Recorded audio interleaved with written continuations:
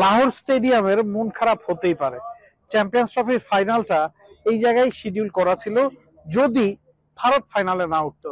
ভারত ফাইনালে উঠেছে এবং পাকিস্তানের থাকা সবারই আসলে মনটা খারাপ, কারণ তারা চেয়েছিল তাদের দল না থাকলেও অন্তত ঘরের মাটি ফাইনাল ম্যাচটা তাদের স্টেডিয়ামে হোক। সেটা হচ্ছে না, সেটা হতে দিচ্ছে না রোহিত শর্মা টিম ইন্ডিয়া। টানা তৃতীয়বারের মতো চ্যাম্পিয়ন্স ট্রফির ফাইনালে উঠে গেছে মেন ইন ব্লুরা। 2013 সালে তারা চ্যাম্পিয়ন হয়েছিল ইংল্যান্ডে, 2017 সালে তারা পাকিস্তানের কাছে ফাইনালটা হেরেছিল। অবশেষে 2023 সালে আরো একবার ফাইনালে টিম ইন্ডিয়া। কাজটা কি খুব সহজ ছিল? 265 রানের যে টার্গেটটা ছুড়ে দেওয়া হয়েছিল টিম ইন্ডিয়ার দিকে, সেটা কি খুব সহজ ছিল? অস্ট্রেলিয়ার বিপক্ষে 265 রান তাড়া করে কখনো আইসিসির কোনো বৈশ্বিক ইভেন্টে নকআউট ম্যাচ জেতেনি কোনো দল। ওই রেকর্ডটা আরো একবার নতুন করে লিখেছে টিম ইন্ডিয়া। শুধু তাই না, দুবাইতে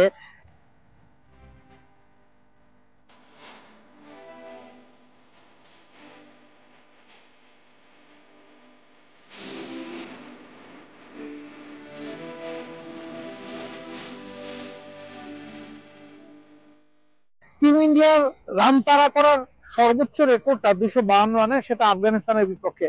সেটাও নতুন করে লিখেছে কোহলির দল। কোহলির দলই বলতে হচ্ছে, কারণ ম্যাচটা কোহলি জিতিয়েছেন। রোহিত শর্মা 28 রান করেছেন, অক্ষর প্যাটেল 27 করেছেন, শ্রেয়াস আইয়ার 45 রান করেছেন, কেএল রাহুল 42 রান করেছেন।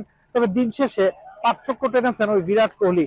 তিনি হয়তো আরো একটা সেঞ্চুরির খুব কাছাকাছি যেতে পারতেন, শেষ মুহূর্তে হয়তো বিগ শট খেলতে গিয়ে আউট হয়ে গেছেন। তবে তিনি যখন আউট হয়েছেন তখন ম্যাচটা ভারতের পকেটে। এর আগে অস্ট্রেলিয়া টস জিতে যখন ব্যাটিং করেছে তখন 264 রানকে খুব একটা কম মনে হয়নি, কারণ এই ধরনের উইকেটে 250-এর উপর রান করলে সেটা ফাইটিং স্কোর। অস্ট্রেলিয়া শেষ মুহূর্ত পর্যন্ত ফাইট করেছে, তবে তারা একটা জায়গায় ভুল করেছে।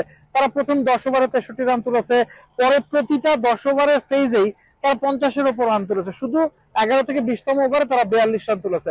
তবে শেষ 10 ওভারে তারা এক্সেলারেশনটা করতে পারেনি।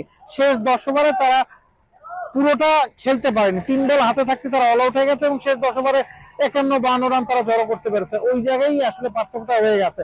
টার্গেটটা 265 জায়গায় যদি 285 হতো, সেক্ষেত্রে ম্যাচটা আরো অনেকখানি জমতো। সেক্ষেত্রে 11 বল আগে টিম ইন্ডিয়া ম্যাচটা বের করে নিতে পারতো না। তবে দিন শেষে ক্রেডিটটা কোহলিকে দিতে হবে, কারণ শুরুতে যখন শুভমান গিল আউট হয়ে গেছেন 8 রান করে, যতজন ব্যাটসম্যান ইন্ডিয়া ব্যাটিং করেছেন সবাই ডাবল ডিজিটে গেছেন, শুধুমাত্র সিঙ্গেল ডিজিটে আউট হয়েছেন শুভমান গিল।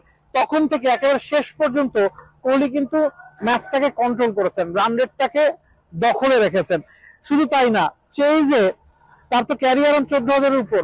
আজকের ম্যাচে চেইজে 8,000 এর উপর রান করে ফেলেছেন বিরাট কোহলি।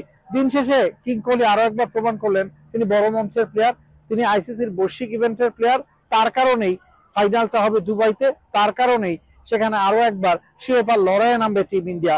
অপেক্ষা এখন তাদের প্রতিপক্ষকে নিউজিল্যান্ড না সাউথ আফ্রিকা সেটা জানার, সেটার ফয়সালা হবে পেছনের এই লাহোর স্টেডিয়ামে।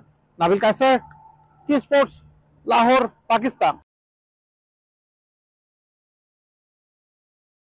For more updates, subscribe to our YouTube channel and click on the bell icon. Follow us on Facebook and Instagram. Download T Sports app to enjoy exciting games and highlights. Visit tsports.com.